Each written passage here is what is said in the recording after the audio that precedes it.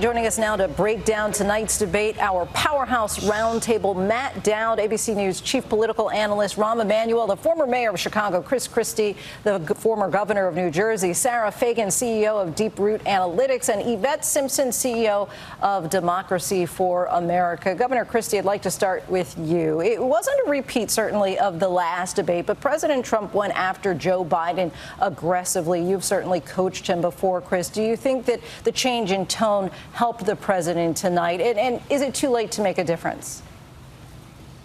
It absolutely helped the president tonight, the change in tone, because it did two things. One, it lowered the heat so that people could actually listen to what the two candidates were saying.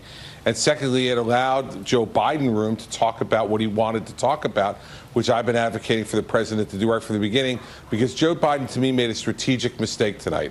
He said he's going to go to zero carbon by 2025, in 5 years, and phase out the oil industry. I am confident that voters in the middle of Pennsylvania and in certain places of Ohio in particular are going to be hearing that loud and clear tonight and knowing that Joe Biden is going to be eliminating their jobs in 5 years or less if we're going to go to zero carbon by 2025. I think this is a big, big mistake by Joe Biden tonight. And I think he's going to pay for it and could very well pay for it by losing Pennsylvania. Rahm, how would you score Joe Biden tonight on the way that he handled those personal attacks from the president? Look, I mean, I think he was most passionate when he talked to the American people about the challenges their lives have and how they provide for their families and their children's future. And he clearly had it in a very personal way, understanding the pressure points. Joe Biden, in my view, did a good job, and better than a good job for himself. He was aggressive. He didn't sit on a lead. He was concise. He had a plan, and he spoke to it. I think Donald Trump never really effectively made this a binary choice. And if you think of the debate as a whole, as a closing argument to the voters, in the end of the day, the architecture of this race is a referendum on Donald Trump, and it continues to be that, not only on the policies, but the coarseness of his rhetoric that has actually ripped America apart. And Joe Biden embraced that. Yes, character is on the ballot. And Sara, voters actually got to hear two candidates express full sentence differences on policies tonight.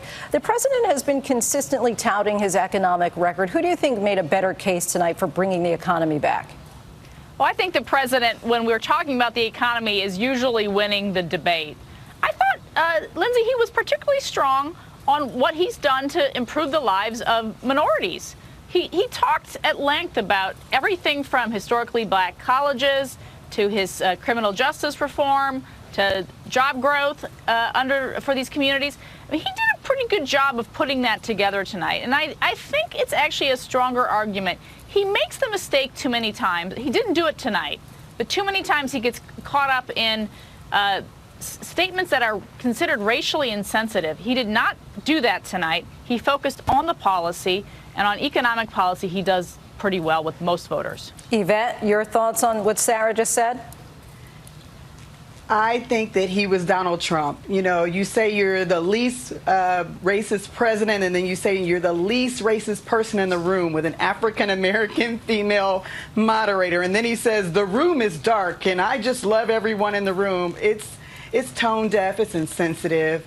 It just shows more of his embellishment, his being divorced from reality, the fact that he really doesn't understand the needs of African Americans. I think one of the things that Joe Biden did for the first time was bringing forward the Central Park Five and the way that he handled that situation, which is really, really sensitive for African Americans. And I think he also did a good job of talking about the fact that many of the reforms that Donald Trump takes credit for, including the low unemployment among African Americans and Hispanics, started under the Obama Biden administration. And so I think he could have said that more and more and more. And this was the first time I actually got, I think, a very clear answer from him on that.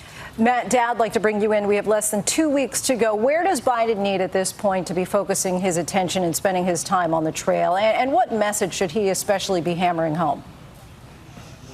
Well, since we already have almost 50 million people voted, and we're, as of tomorrow, going to be 11 days away from Election Day, and most of all of the votes will be cast by next Friday, by a week from Friday, the majority of votes will be cast. I think Biden just keeps doing what he's doing. Donald Trump was talking to Fox News viewers tonight. Almost everything he said was presumed some information that people got on Fox News Joe Biden was speaking to the broad swath of America.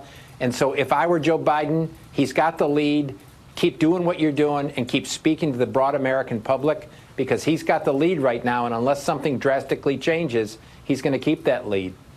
COVID-19, of course, remains the #1 issue in this campaign, and we're certainly seeing a resurgence in many states.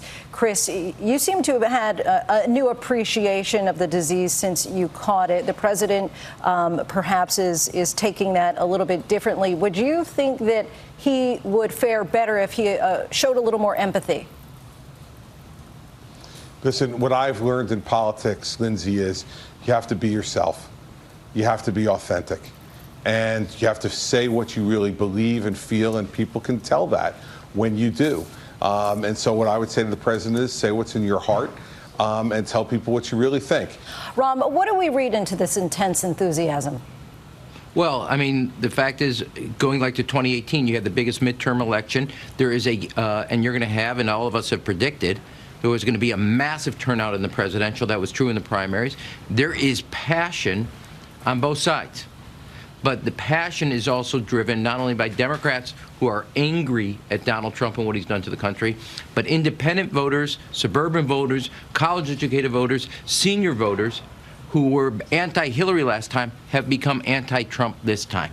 And they are there to cast that ballot. And when you have energized Democrats with exhausted independents who now are going to choose a safe Democrat, that is a very robust political coalition. And at no time did Trump engage the American people about where they were. He was engaging them, giving himself credit for what he got done.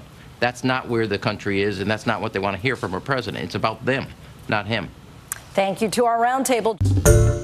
Hi, everyone. George Stephanopoulos here. Thanks for checking out the ABC News YouTube channel. If you'd like to get more videos, show highlights, and watch live event coverage, click on the right over here to subscribe to our channel. And don't forget to download the ABC News app for breaking news alerts. Thanks for watching.